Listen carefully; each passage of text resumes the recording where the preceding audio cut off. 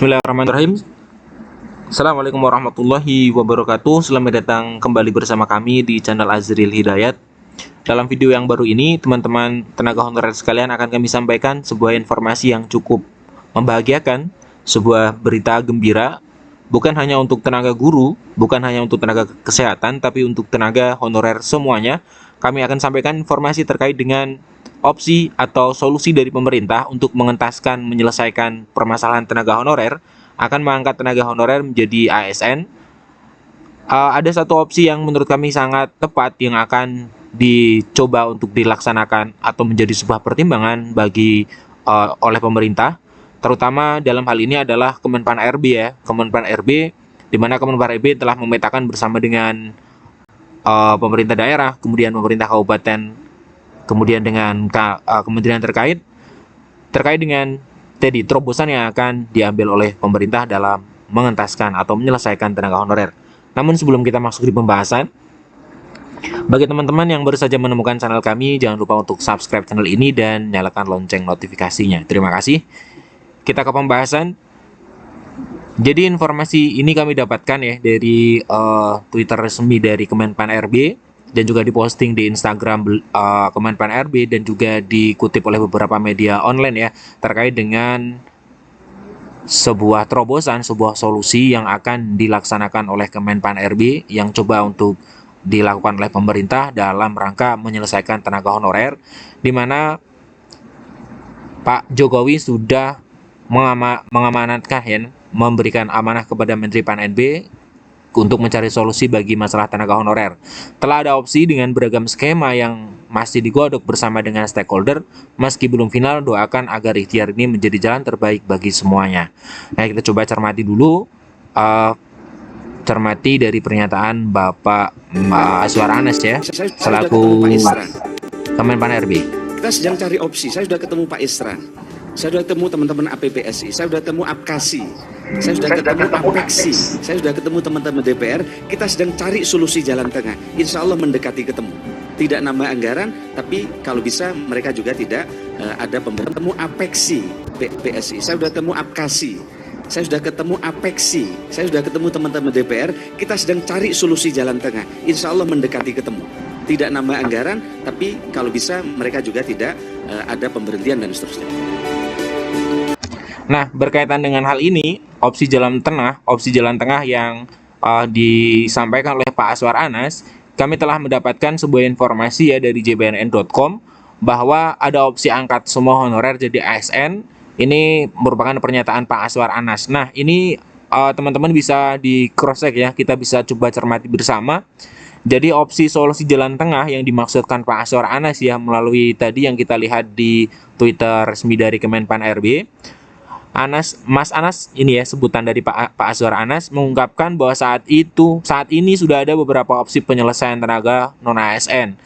Nah, dari opsi tersebut menyebutkan dua opsi, karena opsi dari penghapusan tenaga honorer tidak mungkin dilakukan, terlebih dari pihak APKASI, APEKSI itu melakukan penolakan ya, karena memang honorer menjadi jantung dari pemerintahan, karena memang pemerintahan daerah itu sangat membutuhkan tenaga honorer. Nah, opsi yang mengerucut adalah yakni mengangkat honorer menjadi ASN melalui skala prioritas. Dan satu lagi ada opsi mengangkat seluruh honorer menjadi ASN. Nah, ini dua opsi yang menjadi opsi jalan tengah ya. Namun untuk opsi yang kedua atau mengangkat semua tenaga honorer menjadi ASN, itu ini ya, kita bisa lihat di sini beberapa opsi, kemudian mulai dari pengangkatan sesuai skala prioritas, lalu ada opsi pengangkatan seluruhnya.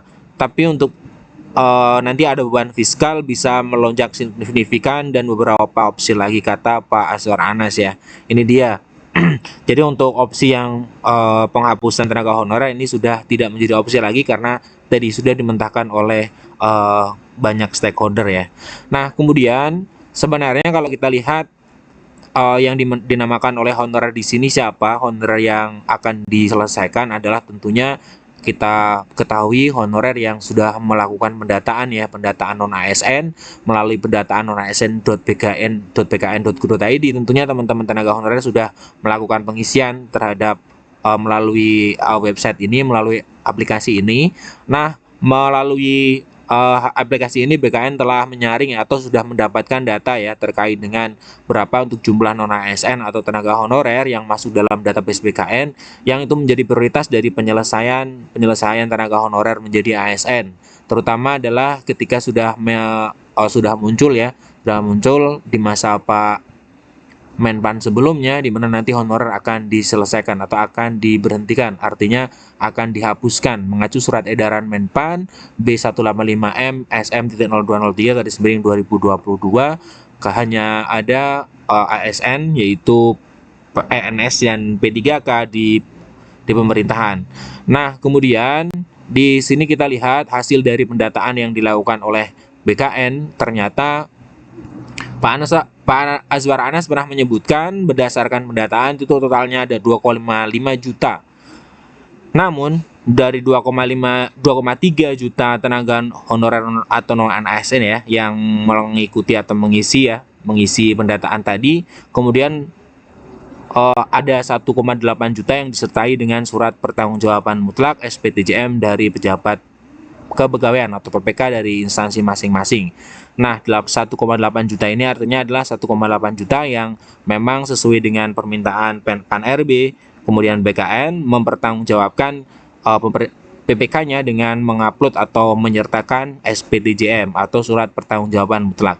Jadi honorer inilah yang nantinya akan diselesaikan yang sudah masuk di dalam database BKN yang akan menerima ya opsi-opsi dan solusi yang akan ditawarkan oleh pemerintah melalui Kemenpan RB tentunya sebelum November tahun 2023. Nah, kemudian kalau kita cermati teman-teman sekalian, di mana opsi finalisasi penataan tenaga non ASN ini tentunya terus digembleng ya di pemerintahan, yaitu Kemenpan RB.